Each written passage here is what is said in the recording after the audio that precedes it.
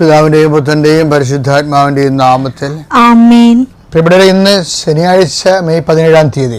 അമ്മേ പരിശുദ്ധ അമ്മേ, അമ്മേ പരിശുദ്ധമേ, ദൈവമാതാവേ, കൃപാസനത്തിലൂടെ ഞങ്ങൾക്കും ഞങ്ങളുടെ ദേശത്തിനും അമ്മ മധ്യസ്ഥം തേടി തന്ന എല്ലാ അനുഗ്രഹങ്ങൾക്കും കൃപകൾക്കും ഞങ്ങളിപ്പോൾ ഹൃദയം നിറഞ്ഞ നന്ദി പറയുന്നു. അമ്മേ പരിശുദ്ധമേ, അമ്മേ പരിശുദ്ധമേ, ദൈവമാതാവേ, 2004 ഡിസംബർ 7-ാം തീയതി ഉച്ചകഴിഞ്ഞ് 2:30 കൃപാസനത്തിൽ സംഭവിച്ച അമ്മയുടെ പ്രത്യക്ഷപ്പെടലിനെ കുറിച്ച് തിരുസഭയ്ക്ക് സമർപ്പിച്ചിരിക്കുന്ന പഠനരേഖകളുടെ സഭാത്മകമായ പഠനം ആരംഭിക്കുവാൻ ഞങ്ങൾ പ്രാർത്ഥിക്കുന്നു. അമ്മേ പരിശുദ്ധമേ, ഭൂസ്വർലോകങ്ങളുടെ രാജ്ഞിയായ പ്രപഞ്ചപ്രകൃതിയെ തന്നെ തിരുസഭ പ്രതിഷ്ഠിക്കുവാൻ ഈ പ്രത്യക്ഷീകരണം വഴി ഇടയാക്കണമേ. അമ്മേ പരിശുദ്ധമേ, ജപമാല മാതാവേ, സകല കൃപാസനം പ്രാർത്ഥനകളോടും ചേർത്ത് ഞങ്ങളിപ്പോൾ പ്രാർത്ഥിക്കുന്ന ഈ കുടുംബത്തിന്റെ പ്രത്യേക നിയോഗം മക്കളെ.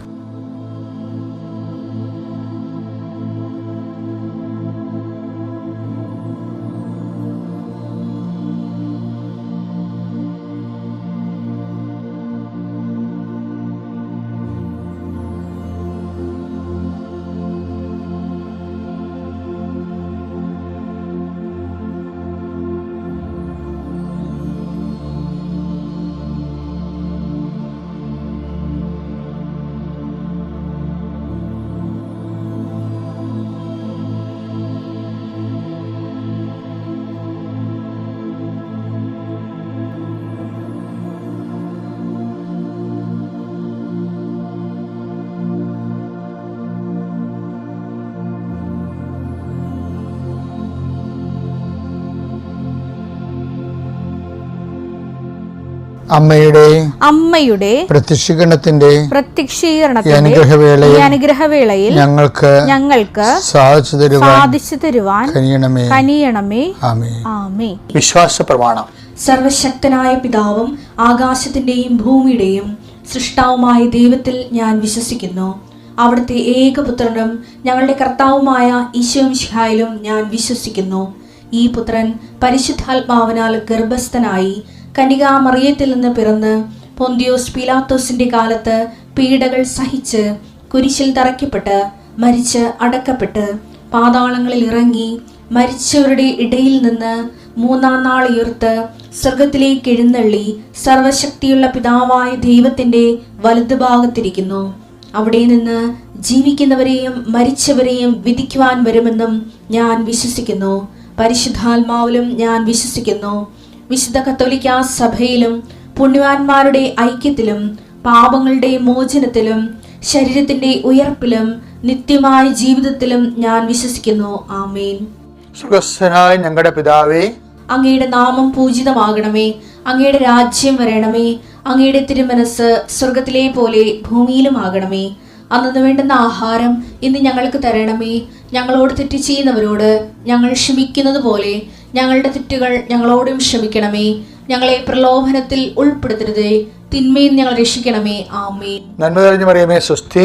കർത്താവ് അങ്ങയുടെ കൂടെ സ്ത്രീകളിൽ അങ്ങ് അനുഗ്രഹിക്കപ്പെട്ടവളാകുന്നു. അങ്ങയുടെ ഉദരത്തിൻ ഫലമായി ഈശോ അനുഗ്രഹിക്കപ്പെട്ടവനാകുന്നു.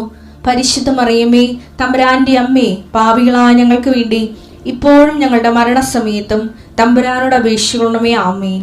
കർത്താവേ, മെയ് 17-ാം തീയതി ശനിയാഴ്ച അങ്ങയുടെ മക്കൾക്ക് വേണ്ടി പ്രാർത്ഥിക്കണേ. കർത്താവേ, നിന്റെ വിശുദ്ധ പൗരോഹിത്യത്തെ നീ മഹത്വപ്പെടുത്തണം. കർത്താവ്, സഭയിലുള്ള സാന്നിധ്യം നീ പ്രകടമാക്കണം. കർത്താവ്, ഇന്ന് അർപ്പിച്ച കുർബാനയുടെ യോഗ്യത എല്ലാ മക്കളെയും കർത്താവെ നിന്റെ ചിറകിന്റെ കീഴിൽ സ്വരുക്കൂട്ടരെന്ന് പ്രാർത്ഥിക്കുന്നു. കർത്താവിന്റെ തിരുമുറിവാടുന്ന വലതുകരം നിന്റെ ശിരസിൽ വെക്കണ പ്രാർത്ഥിക്കുന്നു. അടുപ്പിട പോലെ വൈതാക്കാലം പോലെ ദൈവികമായ ശക്തിനിലേക്ക് ആവശ്യപ്പെട്ടെന്ന് പ്രാർത്ഥിക്കുന്നു. നിന്നെ അലട്ടുന്ന ഭാരങ്ങളും രോഗങ്ങളും യേശുവിന് നീങ്ങിപ്പോട്ടെന്ന് കൽപ്പിക്കുന്നു. കർത്താവ്, നിന്റെ തിരുസിലിവായെ നീ ഉയർത്തണമെന്ന് പ്രാർത്ഥിക്കുന്നു.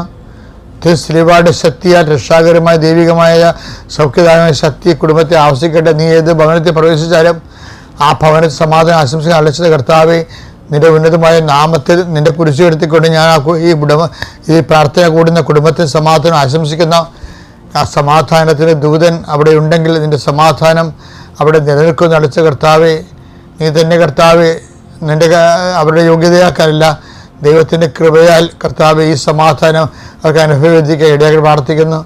സാമ്പത്തിക സമാധാനം നഷ്ടപ്പെട്ടവരുണ്ട്, ബന്ധങ്ങൾ അറ്റുപോയതിൻ്റെ സമാധാനം നഷ്ടപ്പെട്ടവരുണ്ട്, ജോലി നഷ്ടപ്പെട്ടതിൻ്റെ സമാധാനം നഷ്ടപ്പെട്ടവരുണ്ട്, വിദ്യാഭ്യാസത്തിന് വേണ്ടത്ര മാർക്ക് കിട്ടാത്തതിൻ്റെ പേരിൽ സമാധാനം നഷ്ടപ്പെട്ടവരുണ്ട്, ഉന്നതമായ വിദ്യാഭ്യാസ യോഗ്യത ഇല്ലാത്തതുകൊണ്ട് സമാധാനം നഷ്ടപ്പെട്ടു പോയവരുണ്ട്.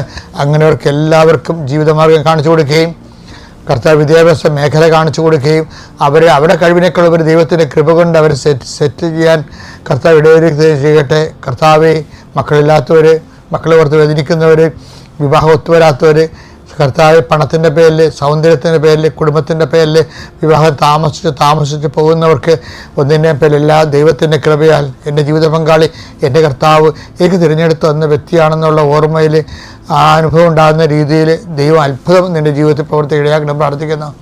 ഭവനരഹിതർ, വഴിയില്ലാത്തവർ, വെള്ളം കിട്ടാത്തവർ, അങ്ങനെ പലതരത്തിലുള്ള വേദനകൾ, അടിസ്ഥാന സൗകര്യങ്ങൾക്ക് എല്ലാം എപ്പോഴും ആശങ്കയോടെ ജീവിക്കുന്നവർ കർത്താവിൻ്റെ നാമത്തിൽ ആശ്രയിക്കാൻ പ്രാർത്ഥിക്കുന്നു. നിൻ്റെ ഈ യാത്രയ്ക്ക് ഒരുപെടുന്ന നിൻ്റെ ഓരോ ജീവിത മാർഗത്തിൽ നിൻ്റെ ഉദ്യമങ്ങൾ, യാത്രയ്ക്ക് ഒരുപെടുമ്പോൾ നിൻ്റെ മനസ്സിലുണ്ടാകുന്ന ലക്ഷ്യങ്ങൾ, ഓരോ വ്യക്തികളെ കാണണമെന്ന് ആഗ്രഹിക്കുന്ന വ്യക്തികൾ, കയറി ചെല്ലണമെന്ന് ഉദ്ദേശിക്കുന്ന ഓഫീസുകൾ, അതുപോലെ തന്നെ നീ ചെയ്തു തീർക്കേണ്ട ജോലികൾ എല്ലാം കർത്താവിന് നാം ആശ്രയിക്കപ്പെടട്ടെ. ഇന്ന് നിൻ്റെ മാർഗത്തിൽ ഉണ്ടാകുന്ന സർവ്വ തടസ്സങ്ങളും, ഇന്ന് നിൻ്റെ മാർഗത്തിലുണ്ടാകുന്ന എല്ലാവിധ ദോഷങ്ങളും യേശു ക്രിസ്തു നാമത്തെ ഞാൻ ബന്ധിക്കുന്നു. എൻ്റെ പ്രിയപ്പെട്ടവരെ, നമ്മൾക്ക് മനസ്സുള്ളതുപോലെ തന്നെ ദൈവത്തിനും ഒരു മനസ്സുണ്ട്, അല്ലേ? നമ്മളെപ്പോഴും നമ്മൾ ചെയ്യേണ്ട ഒരു കാര്യമാണ്. ഇപ്പം ഒരു കുഷ്ഠരോഗിയൊക്കെ കർത്താവിനെ കണ്ടില്ലേ? കർത്താവിനെ വഴിവെച്ച് കണ്ടപ്പോൾ അയാൾ പറഞ്ഞത് എന്താണ്? അങ്ങക്ക് മനസ്സുണ്ടെങ്കിൽ എന്നെ സുഖപ്പെടുത്താൻ കഴിയും. അപ്പോൾ എൻ്റെ ജീവിതം മുഴുവനും ഇരിക്കുന്നത് എന്നെക്കുറിച്ചുള്ള അങ്ങയുടെ മനസ്സിലാണ്. അത് ഭയങ്കര വർത്തമാനമാണത്. കാര്യം ഇവൻ ഒരു നോട്ട് ബൈ മെരിറ്റാണെന്നുള്ള വായിച്ച ഭാഗം മർക്കോസ് 1:40. ഒരു കുഷ്ഠരോഗി അവന്റെ അടുത്തെത്തി മുട്ടുകുത്തി അപേക്ഷിച്ചു, അങ്ങേക്ക് മനസ്സുണ്ടെങ്കിൽ എന്നെ ശുദ്ധനാക്കാൻ കഴിയും. ഇതിൻ്റെ അത് വരുന്നൊരു വിഷയമേ, തൻ്റെ 0 മെരിറ്റ് അവൻ അങ്ങോട്ട് എക്സ്പോസ് ചെയ്യാൻ. ഉടമ്പടി വർക്ക് ചെയ്യണത് എപ്പോഴും not by merit but by ഗ്രേസിലല്ലേ? അപ്പോഴേ ബട്ട് ബൈ ഗ്രേസ് ചെയ്ത് വർക്ക് ചെയ്യണമെന്നുണ്ടെങ്കിൽ നമ്മുടെ മെരിറ്റ് ഡിക്ലെയർ ചെയ്യണം. 0 മെരിറ്റ് ഡിക്ലെയർ ചെയ്യണം.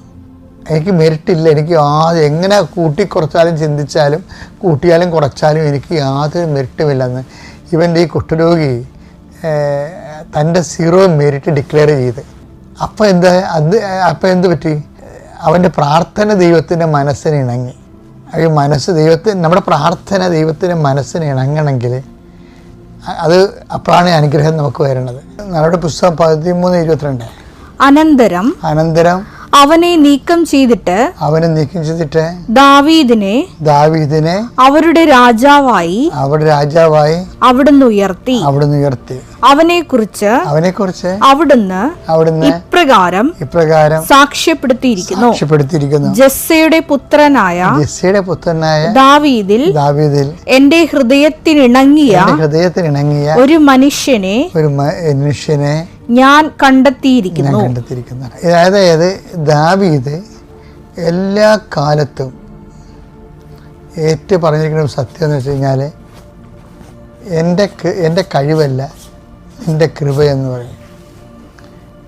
അതാണ് ഈ മനസ്സിന് ഇണങ്ങുന്നത് പറയുന്നത് കാര്യം. അതായത് ദൈവത്തിൻ്റെ ടോട്ടൽ ശക്തി എല്ലാ കാലത്തും താൻ പ്രാഗൽഭ്യവും പ്രഭയും ശക്തിയും നിറഞ്ഞ കാലത്ത് പോലും എല്ലാ ദിക്കുകളിലും വെച്ച് കർത്താവിൻ്റെ നാമം ഇവൻ വിളിച്ചപേക്ഷിക്കും, ഏറ്റുപറയും. കർത്താവിൻ്റെ ശക്തി ഗോലിയാത്തിൻ്റെ മുമ്പിലാണെങ്കിലും പറയും, നീ പരിചയം വാളുമായി എൻ്റെ നേരെ വരുന്നു, ഞാൻ എൻ്റെ കർത്താവിൻ്റെ നാമത്തിൽ വരുന്നു. അതാണ് വിഷയം. അത് ഈ കുഷ്ഠരോഗിയും പറഞ്ഞ അതാണ്, അങ്ങേക്ക് മനസ്സുണ്ടെങ്കിൽ എന്നെ സുഖപ്പെടുത്താൻ കഴിയും. അപ്പം നമ്മുടെ 0 മെരിറ്റ് ഡിക്ലെയർ ചെയ്യാനാണ് ജീവിതത്തിൽ അതുവരെ ഈ പ്രോസസ്സ് തുടർന്നുകൊണ്ടിരിക്കും. ദൈവത്തിന് മനസ്സിന് ഇണങ്ങുന്ന ഒരു സിറ്റുവേഷൻസ് ഒരു പെരുമാറ്റ രീതി, ഒരു പ്രാർത്ഥനാ രീതി, ഒരു നിലപാട് തറ രൂപപ്പെടുത്തിയെടുക്കാൻ വേണ്ടി ശ്രദ്ധിച്ചാൽ, അതായത് നമ്മുടെ മെറിറ്റിൽ ആശ്രയിക്കാതെ 0 മെറിറ്റ് ഡിക്ലെയർ ചെയ്തുകൊണ്ട് ദൈവത്തിൻ്റെ ഫുൾ ആൻഡ് ഫുൾ ദൈവത്തിന് ഏൽപ്പിച്ച് കൊടുത്ത് മുന്നേറിയാൽ നമ്മൾ ദൈവത്തിന് മനസ്സിണങ്ങിയ ആളായി മാറും. ശ്രദ്ധിച്ചാൽ മതി. പ്രേസറാണ്.